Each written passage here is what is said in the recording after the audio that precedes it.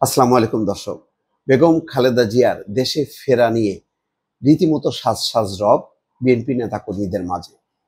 এত বড় উৎসব আয়োজনের মধ্যেও বিএনপির সতর্কতা, সরকারের সতর্কতা, যাতে সাধারণ মানুষের কোনো রকম হয়রানি না হয়, নির্বিঘ্নে মানুষ যাতে চলাচল করতে পারে। সেই জন্য কিছু বার্তা দেওয়া হয়েছে পুলিশের পক্ষ থেকে এবং মির্জা ফখরুল ইসলাম আলমগীরের পক্ষ থেকে।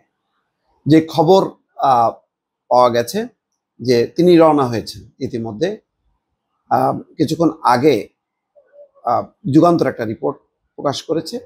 তাতে বলা হচ্ছে যে যুক্তরাজ্যের লন্ডনে ছেলে তারেক রহমানের বাসা থেকে সফর সঙ্গী সহ রওনা দিয়ে হিথ্রো বিমানবন্দরে পৌঁছেছেন বিএনপি চেয়ারপারসন এবং সাবেক প্রধানমন্ত্রী খালেদা জিয়া। সোমবার বাংলাদেশ সময় 7টার দিকে বিএনপির মিডিয়া সেলের সদস্য শাহরুল কবির খান এই তথ্য নিশ্চিত করেছেন।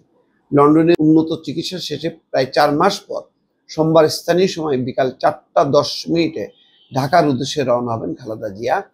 কাতারের আমিরের দেয়া এয়ার অ্যাম্বুলেন্সে রওনা হবেন তিনি।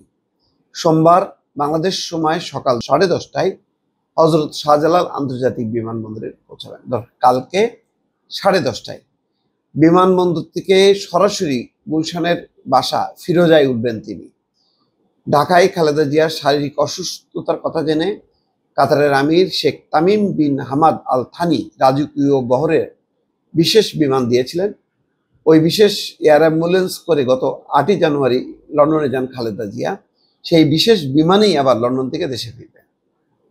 আচ্ছা, দেখেন খালেদা জিয়ার ব্যাপারে এই যে ফিরবেন, মির্জা ফখরুল ইসলাম আলমগীর একটা বার্তা দিয়েছেন।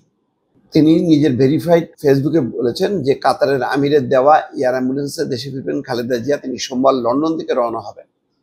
কাতারের আমিরের পাঠানো রয়্যাল এয়ার অ্যাম্বুলেন্স করে মঙ্গলবার 10:30টায় বেগম জিয়া দেশে এসে নামবেন।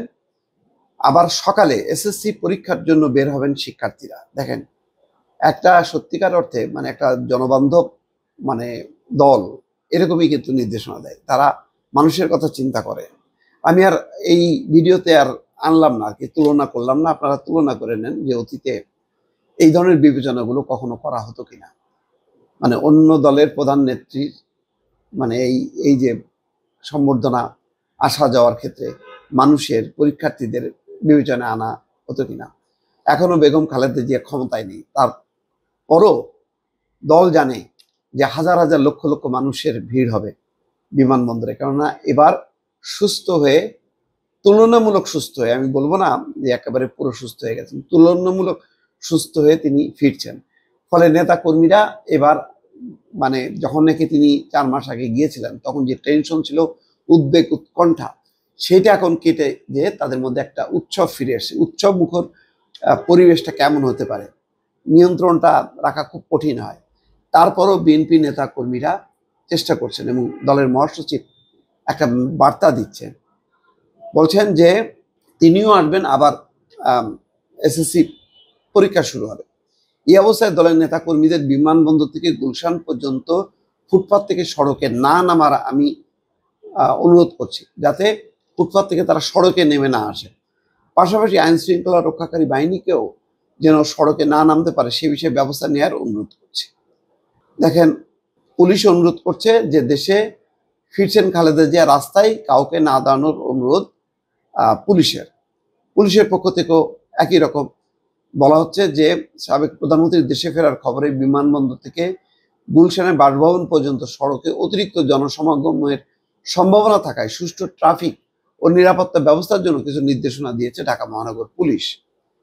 শেখ সাজ্জাদ আলী স্বাক্ষরিত এই বিজ্ঞপ্তিতে বলা হচ্ছে, ঢাকা এয়ারপোর্ট থেকে গুলশানের বাসা পর্যন্ত তাকে অভ্যর্থনা জানানোর জন্য অতিরিক্ত জনসমাগম হওয়ার সম্ভাবনা থাকায় সুষ্ঠু ট্রাফিক এবং নিরাপত্তা ব্যবস্থায় বেশ কিছু নির্দেশনা দেওয়া হয়েছে, যাতে মানুষ রাস্তায় না নেমে সারিবদ্ধভাবে ফুটপাতে থাকে।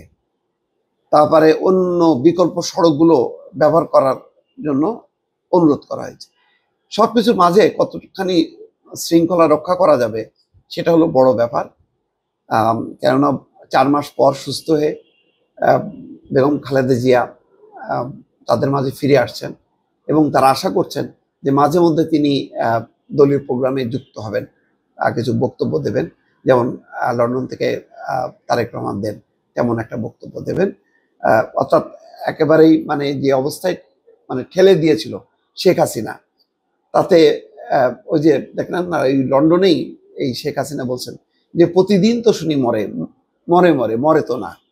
দেখেন আজকে দিল্লির অন্ধকার জগতে বাসিন্দা সে।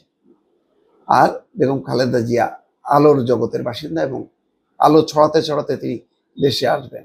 দেশের মানুষ এবং নেতাকর্মীরা তাকে বরণ করবেন, সেই অপেক্ষায় আছে ঢাকা। দর্শক ভালো থাকবেন, আল্লাহ হাফেজ।